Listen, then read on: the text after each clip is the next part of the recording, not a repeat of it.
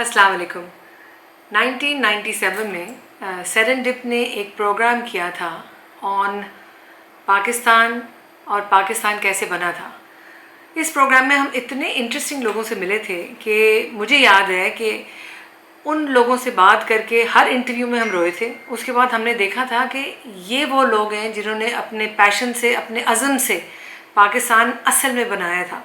और जैसे जैसे वक्त गुज़रता गया है ये बात भी हमें अब क्लियर नज़र आ रही है कि हमारे बच्चों को ऐसे लोगों का नहीं पता। हमारी जनरेशन मिडिल में है। बहुत से लोग जिन्होंने अपना खून, एनर्जी, पैसे सब इस मुल्क के लिए लगाए थे वो अब जा चुके हैं। सो हम चाहते थे कि आपके साथ शेयर करें कि आखिर ये कौन से लोग थे, क्या स्पिरिट थी उनकी, और जो प्रोग्राम हमने उस वक्त बनाए थे हम चाहते हैं कि हम दोबारा आपके सामने लाएं और जो नई पौध है, नई नस्ल है, वो ये प्रोग्राम देखे और फिर उन लोगों के साथ दोस्तियाँ करें जिन्होंने असल में पाकिस्तान बनाया है।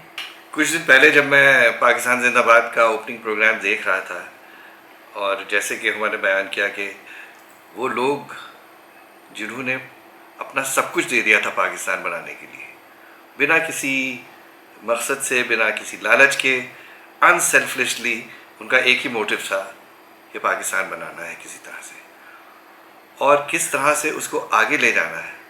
तो मैं जब देख रहा था उस प्रोग्राम को फिर से, तो मैं वाकई मुझे रोना आ रहा था कि ये सब इतनी बड़ी बड़ी हस्तियाँ कहाँ चली गई हैं, कहाँ खो गई हैं। हमारी आज की जो पौध है, आज की जनरेशन है, उनको तो इसके बारे में कुछ मालूम ही नहीं, ना उनके ऊपर कहानियाँ हैं, स्टोरी बुक्स हैं, कॉमिक्स हैं।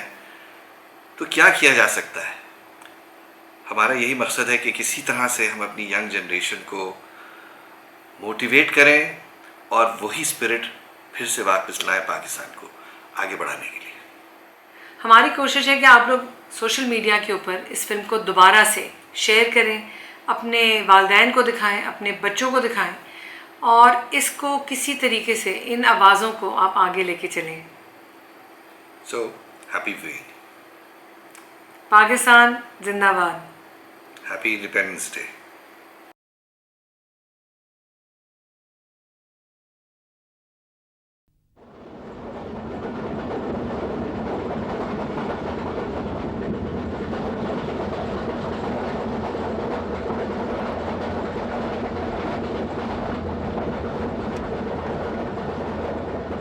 चौदह अगस्त 1947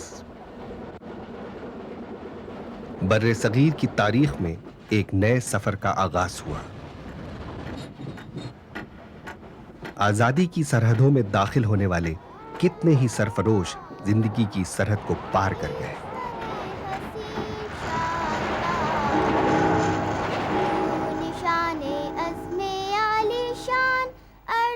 एक इंसान की दूरबीनी ने तारीख का धारा मोड़ दिया। उन्होंने आपको एक मुल्क दिया, न सिर्फ एक मुल्क दिया बल्कि आप में वो वलवला, वो जोश पैदा किया जो रूह को तड़पा दे और जो आपके यकीन को मुहकम करे। पाकिस्तान की कहानी हिंदुस्तान में मुसलमानों के कौमी तशख़्ख़ुस की तलाश से शुरू होती है। ये लहर मुजद्दद अलिफ सानी के ज़माने से शुरू हुई, जिसे सर सैयद अहमद खान, मौलाना मोहम्मद अली जौहर और अल्लामा इकबाल के अफकार ने परवान चढ़ाया, और क़ायद के ज़माने में मुस्लिम लीग के प्लेटफॉर्म से दो कौमी नज़रिए की शक्ल में ज़ाहिर हुई। मुस्लिम लीग एक पार्टी थी कुछ लोगों की, कुछ लोगों के लिए और कुछ मकासद के लिए। क़ायद ने इस जमात को, इस मुस्लिम लीग को एक तहरीक बनाया। लखनऊ 1916। हिंदुओं ने लखनऊ पैक्ट में मुसलमानों के जुदागाना इंतखाब का मुतालबा मान लिया। ये कायदे आज़म की पहली सियासी कामयाबी थी। उस वक्त तक वो मुत्तहदा हिंदुस्तान के हामी थे, मगर हालात के साथ साथ इनका ये तसव्वुर भी बदलता गया और 1920 में उन्होंने कांग्रेस से इस्तीफा दे दिया।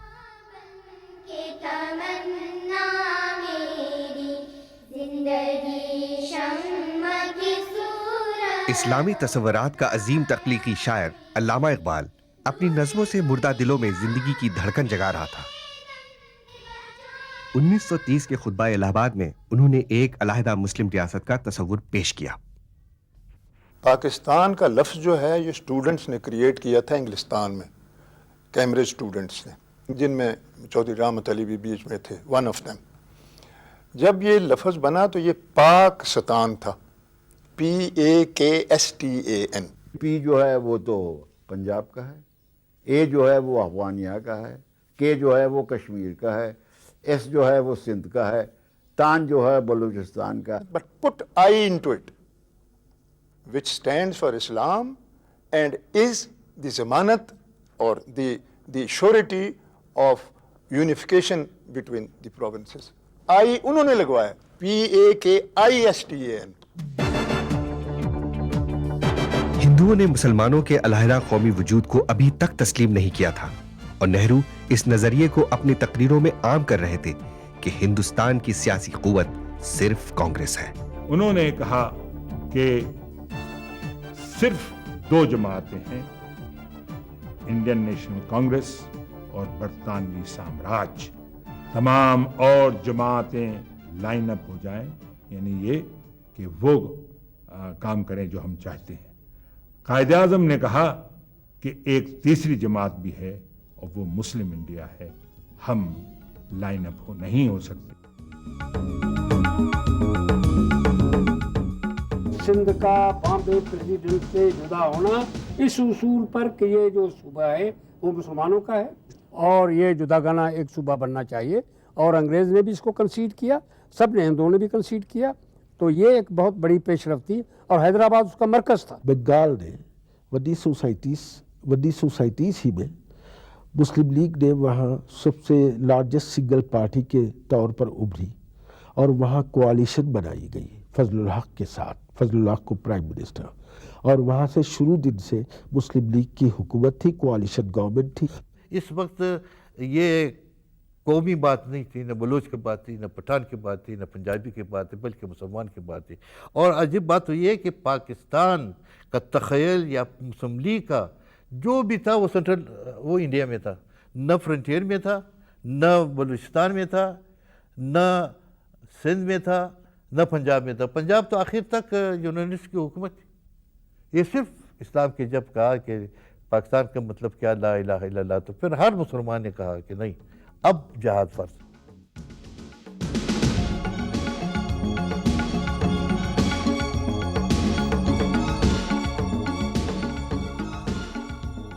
کانگریس نے لکھنؤ میں ایک شرط پیش کی، اور وہ یہ کہ مسلم لیگ کوئی کینڈیڈیٹ الیکشن میں کھڑا نہیں کرے گی، مسلم لیگ اپنے پارلیمنٹری بورڈ کو ختم کر دے گی۔ اب لیاقت علی خان، خواجہ ناظم الدین، بہادر یار جنگ اور راجہ محمود آباد بھی سرگرم میں عمل ہو گئے۔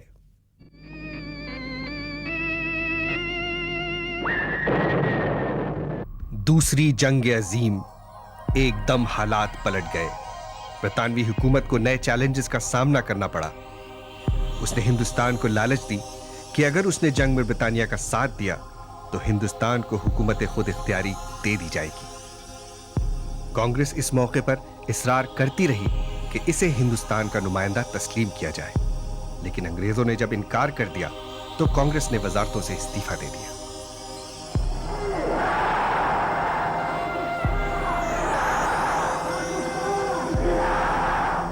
لاہور 1940۔ آخر کار مسلمانوں نے متحد ہو کر ایک علیحدہ مملکت کے قیام کا مطالبہ کیا۔ 1940 کا ریزولوشن جو تھا اس نے مسلم قوم کو ایک مقصد حیات دیا، وہ مقصد تھا ایک مملکت کا وجود میں آنا۔ انہی دنوں گاندھی جی نے کہا تھا کہ پاکستان میری سمجھ میں نہیں آتا۔ قائد اعظم نے کہا کہ میں جب آ رہا تھا تو راستے میں رات کے 11-12 بجے تھے، اسٹیشن کے باہر میں کھپی کے باہر کافی لوگ پاکستان زندہ باد اور قائد اعظم کے زندہ باد کے نعرے لگا رہے تھے۔ میں نے دروازہ گاؤن پہن کے باہر نکلا تو دیکھتا ہوں کافی لوگ، ایک چھوٹا سا بچہ اس نے مسلم لیگ کا پرچم اٹھایا ہوا ہے، کہتا میں نے اس سے پوچھا کہ بھائی یہ پاکستان کیا ہے؟ تو اس نے کہا کہ جہاں ہندوستان میں مسلمان زیادہ ہیں وہ پاکستان ہے، جہاں ہندو زیادہ ہے وہ ہندوستان ہے۔ برصغیر کے مسلمان اسی طرح مختلف تصبات اور امتیازات اور تفریقات میں مبتلا تھے اور گروپ بند تھے، اور ان میں کسی قسم کا اتحاد نہیں تھا۔ لیکن قرارداد پاکستان منظور ہونے کے بعد ان میں ایک یکجہتی پیدا ہوئی، اتحاد پیدا ہوا، ان کو اپنی منزل کا شعور ملا.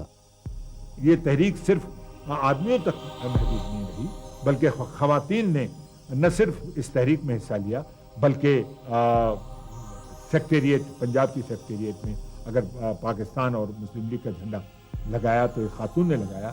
اسی طریقے سے پشاور کی تحریک میں ایک خاتون نے جھنڈا لگایا. میرے والد نے کہا ہے کہ جھنڈے پہ ہاتھ نہ ڈالنا، گولی کھاؤ گے. تو کہ چلو اس کے لیے گولی بھی صحیح. اب کون چڑھے چھت پہ؟ اس لیے کہ میں شاگرد تھی، وہ میرے استاد تھی. ایک آدمی بیٹھتا تو دوسرا اس کے سر پہ چڑھ کے اوپر چڑھتا. تو میں بیٹھ گئی، میرے استاد میرے کندھوں پر چڑھی اور وہ اوپر چڑھی، پھر انہوں نے مجھے اوپر کھینچا. میرے بغل میں نے برقعے کے اندر جھنڈا چھپایا ہوا تھا، ڈنڈا نکال کے، تو اور ہم نے جھنڈا لگا دیا. اور جھنڈا جب اوپر چڑھا، یونین بیک نیچے اترا اور وہ اوپر چڑھا. اور اس کے بعد ہم نے پاکستان زندہ باد کا نعرہ لگایا. انہوں نے اوپر جو دیکھا تو پاکستان کا جھنڈا لہرا رہا تھا. پھر ہم بھاگے. ہم نے کہا یہ گولیاں نہیں ہمارے لیے، تو خواہ تو مرنے کو تیار نہیں تھے. ان خواتین نے خاص کر پشاور میں ریل کے سامنے یہ پٹریوں کے اوپر لیٹ گئیں اور دیکھا تو ٹرین آتے آتے بالکل 4 گز کے فاصلے میں رہ گئی ہے. تو میں نے ہاتھ سے ان کو کہا اب یہ کہ وہ عورتیں گھبراہٹ میں پلٹی. تو وہ کافی کو 25 فٹ اونچی پٹڑی ہے، تو نیچے کننگم پارک پرانے اور وہ جگہ ہے.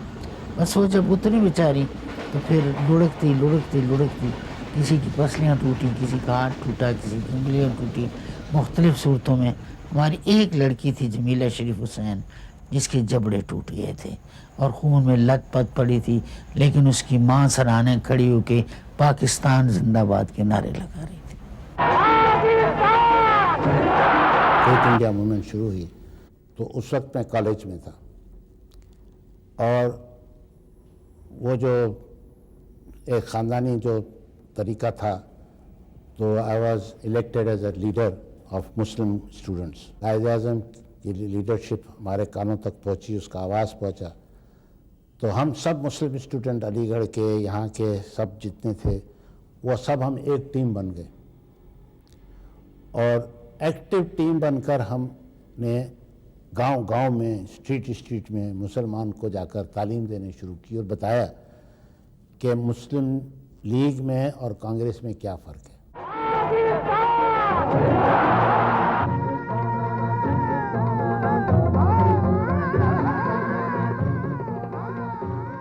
پہلی مرتبہ ہم نے وہ ٹیئر گیس کئی دفعہ کھائی جلوس میں، تو لوگوں نے طریقہ کار ڈیولپ کر لیا تھا نان وائلنٹ. پہلا علاج تو یہ تھا کہ بھئی کوشش کرو کہ وہ جو آتا ہے گولا اس کو اٹھا کے واپس پھینک دو پولیس میں. لاٹھی چارج میں جی وہ بری طرح چوٹیں لگاتے تھے، جس کی ٹانگ بانگ ٹوٹ گئی ہے، بازو وغیرہ، تو وہ تو پھر نہیں چل سکتے تھے. لیکن جن میں ذرا بھی سکت ہوتی تھی، ہم پھر بھی اس حالت میں پٹی باندھی ہوئی ہے، پھر بھی ہم لوگ جاتے تھے جی اور پھرتے تھے جلوس میں، اور پاکستان زندہ باد، پاکستان زندہ باد، یہی ہماری زبان پہ ہوتا تھا. قائد نے اگر پیسوں کی ضرورت ہوئی تو انہوں نے 1945-1946 کے الیکشن میں ایک نعرہ لگایا کہ مجھے چاندی کی گولیاں بھیجو.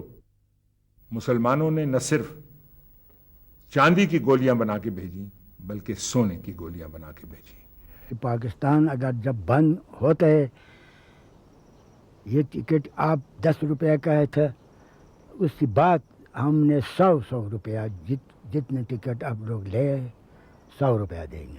ہم نے ہزاروں کروڑوں لوگ یہ ٹکٹ لے ہیں، صرف یہ ٹکٹ سے پاکستان بن گیا.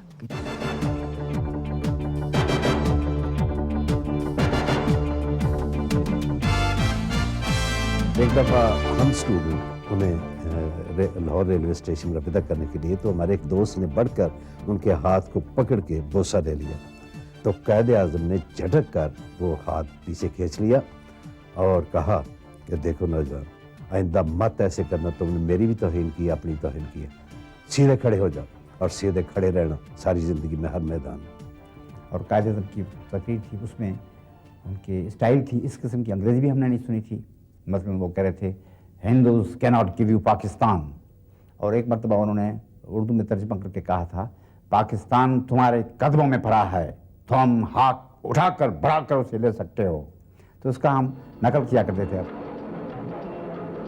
1946 میں कायदे आज़म ने सिविल डिसोबीडियंस मूवमेंट कॉल की, लेकिन जिस तरह उनकी आदत थी कि बिल्कुल नॉन वायलेंट हो और कॉन्स्टिट्यूशनल तरीके से एक तो मुसलमानों को यूनाइट किया जाए, एक उनको मोटिवेट किया जाए और एक अंग्रेज़ों को ये दिखाया जाए कि मुस्लिम लीग के कहने के ऊपर मुसलमान उठे हैं। मैं और मेरा एक साथी था, हमने 1 रुपया लुढ़का दिया स्टेज पे से। वो चलता चलता चलता चलता वो उसकी आवाज़ आ रही है टिर करके, आखिर में वो shit shit shit shit shit shit करके बंद हो गई। इस कदर डिसिप्लिन होता था उनके जलसे में। जब कायदे आज़म जा रहे थे तो तलबा स्टेशन पे थे, काफ़ी मजमा हो गया, उन्होंने नारे लगाए तो कायदे आज़म बाहर आए और उन्होंने मतलब काफ़ी डांटा लड़कों को कि इस किस्म का हुजूम और बदनज़मी के नारे लगाने शुरू कर दिए, गाड़ी को देर हो रही है। वहाँ पर से ऊपर से एक ईंट गिरी है, एक लड़के के सिर पर लगी है, वो बेचारा वहीं शहीद हो गया। अब वो सारा हिंदुओं की दुकानें थी, जब उन्हें पता लगे फटाफट उन्होंने शटर जलाने शुरू कर दिए। यहाँ सारे बीडन रोड को आग लग सकती थी, डिसिप्लिन की बात बता रहा हूँ। वहाँ पर एक लड़के ने जोर से वो हाथ के पकड़ा, वो क्या कहते हैं लाउड स्पीकर, उसे आवाज़ दी कि देखो भाई, हिंदू हमारे भाई हैं, सिख हमारे भाई हैं, ये इनका कसूर नहीं, ये कोई CID वाला होगा जिसने वो ईंट फेंकी है ताकि हमारे आदमी को लग जाए ये और हम आपस में लड़ना शुरू कर दें। ये कायदे आज़म ने जो कहा था ना, it should not go in violence. अमन कायम रहे, यही कायदे आज़म की हमेशा से ख्वाहिश थी, जो बदकिस्मती से पूरी ना हो सकी और सड़क इंसानी खून से सुर्ख हो गई। मैं खून देख के आया हूँ शाहराहों पर, मुझे यकीन दिलाओ बाहर आई है।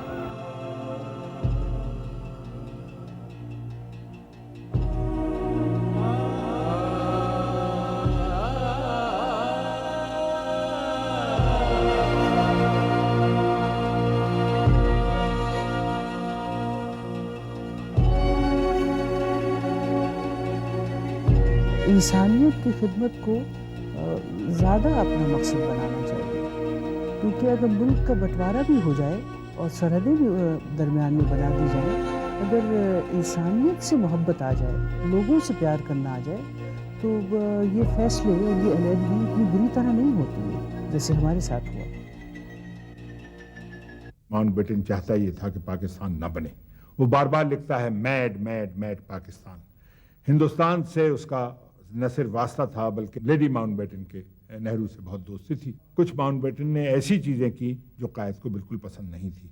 कायद आज़म के सामने वो एक पाकिस्तान का फ्लैग लाता है जिसमें चांद तारा भी है, लेकिन साथ साथ यूनियन जैक है। कायद आज़म उस फ्लैग को बिल्कुल मंजूर नहीं कर सकते और उन्होंने ये कहा कि चांद तारे और क्रॉस दोनों एक साथ नहीं जा सकते।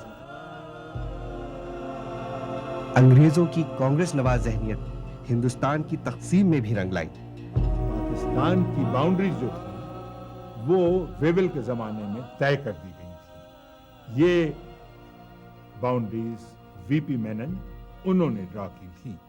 वीपी मेनन ने एक नया तरीका अख्तियार किया और ये बताया, और वजह थी सिर्फ बहुत साफ कि गुरदासपुर जो है वो हिंदुस्तान को जाना चाहिए। वो लिखता है अपने नोट में, आइंदा कश्मीर की रियासत जो है वो अपना नेचुरल कुदरती सोल्यूशन उसको मिल जाए, लेकिन अगर गुरदासपुर का एक हिस्सा पंजाब को मिल जाए यानी हिंदुस्तान को मिल जाए तो हिंदुस्तान के पास रास्ता हो जाएगा। ये 1000 साल हम साथ रहे, लेकिन इसके बावजूद एक मुश्तरक कौम नहीं बन सके। उनका अपना नजरिया था, हमारा अपना नजरिया था, यहाँ तक कि रेलवे पर मुस्लिम पानी, मुस्लिम हिंदू पानी, मुस्लिम चाय, हिंदू चाय बिकती थी। हाँ, मुसलमान होना गुनाह था और मुसलमानों को बिला वजह बगैर किसी जवाज के जलील किया जा रहा था। तो आज तो मैं वलीयत भोपाल हूँ, कल रूलर होने वाली हूँ, और दफतन सुबह हुई तो मैंने अपने कानों से हमीदुल्लाह खां मुर्दाबाद के नारे सुने। वही भोपाली जो कि तरसते थे दर्शन हो जाएं, हिंदू होने की हैसियत से वो अवतार समझते थे, पूजा करते थे। आज वही लोग हमारे महल के सामने खड़े होके हमीदुल्लाह खान मुर्दाबाद कर रहे हैं। एक बेचारे बुजुर्ग सूरत, तो उन्होंने उससे ये बात क्यों कि भाई अब जब सब यहाँ आ गए हैं, अपना सामान भी लेके आए हैं, तो इसी को समझ लो कि ये मुसलमानों का डिब्बा है। तो उसने उन्हें धक्का दिया, बड़ी मुश्किल से वो रुक सके, वरना गिरने करीब हो गए। तो मुझे जाहिर है कि मुझे बड़ी गुस्सा सा आया उसमें, और फिर हुआ ऐसा कि वो बात तो मान गया, यानी डिब्बा तो हमारा वही रहा, लेकिन सारे रास्ते जब मैं उन्हें सूरत देखता था उस बुज़ुर्ग की, तो मुझे ऐसा मालूम होता था कि जैसे मेरे वालिद साहब की शौबात आ रही हो इसमें।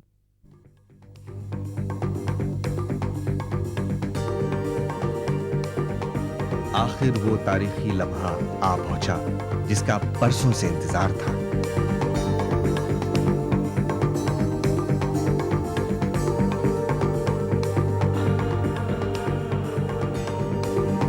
ये ऑल इंडिया रेडियो पेशावर है।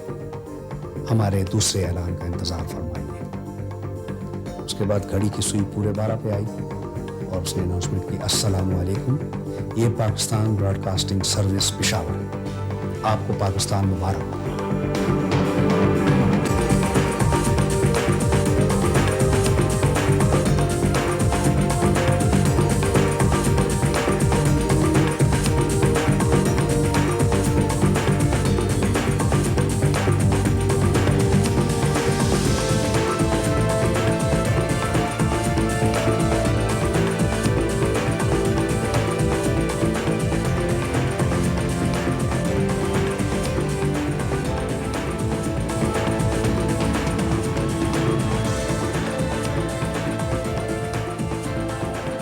अगस्त का दिन आया तो जो नेशनल गार्ड जो थे उन्होंने सलामी दी झंडे को। तो मैं नेशनल गार्ड तो नहीं था, लेकिन इस कदर जोश था कि मैंने अपना एक सफ़ेद सूट सब्ज़ रंग करवा के, और जब वो नेशनल गार्ड परेड शुरू करे तो मैं सबसे आगे जो झंडे के फ़ौरन बाद आ गया और सलूट करता हुआ गुजरा। और मुझे जो जिस बात की एक्साइटमेंट या खुशी थी वो ये थी कि ये डिप्टी कमिश्नर तो चंद हफ्ते पहले हम पे लाठियाँ बरसा रहा था, हमको जेलों में भेज रहा था, आज हमारे झंडे को सलाम कर रहा है।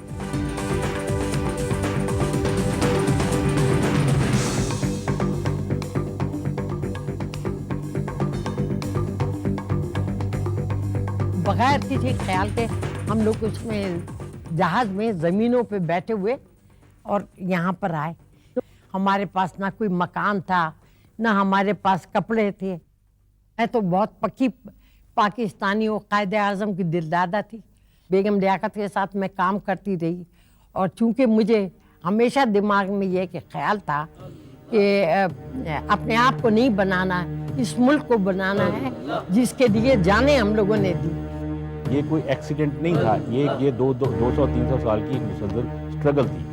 हम जिस कैंप में रहे उसमें एक सिर्फ शेल्टर था, बाकी सब खुला मैदान था, दरिया के किनारे। कोई दवाई नहीं थी, कोई फूड नहीं थी, कोई राशन नहीं थी।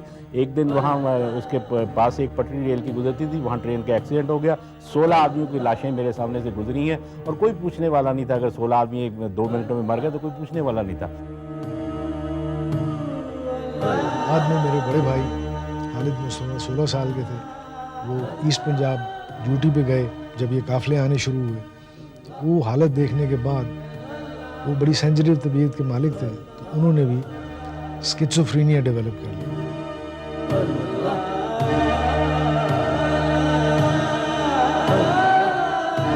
काफिले खून के दरिया से गुजर कर आए, एक नए मुल्क की मिट्टी ने बुलाया था उन्हें।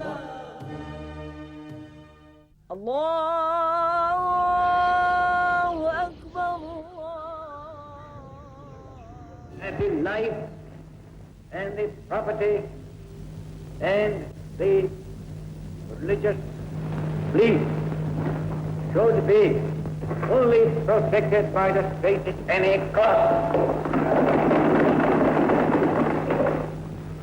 My guiding principle will be justice, fair play, and complete impartiality in the discharge of my duty. And I'm sure, with your support and cooperation, I'm looking forward to making Pakistan as one of the greatest nations of the world. तकरीबन एक सदी बाद मुसलमानों को उनका खोया हुआ इक़्तिदार एक ऐसे मुल्क की शक्ल में हासिल हुआ जिसकी बुनियाद इस्लाम है।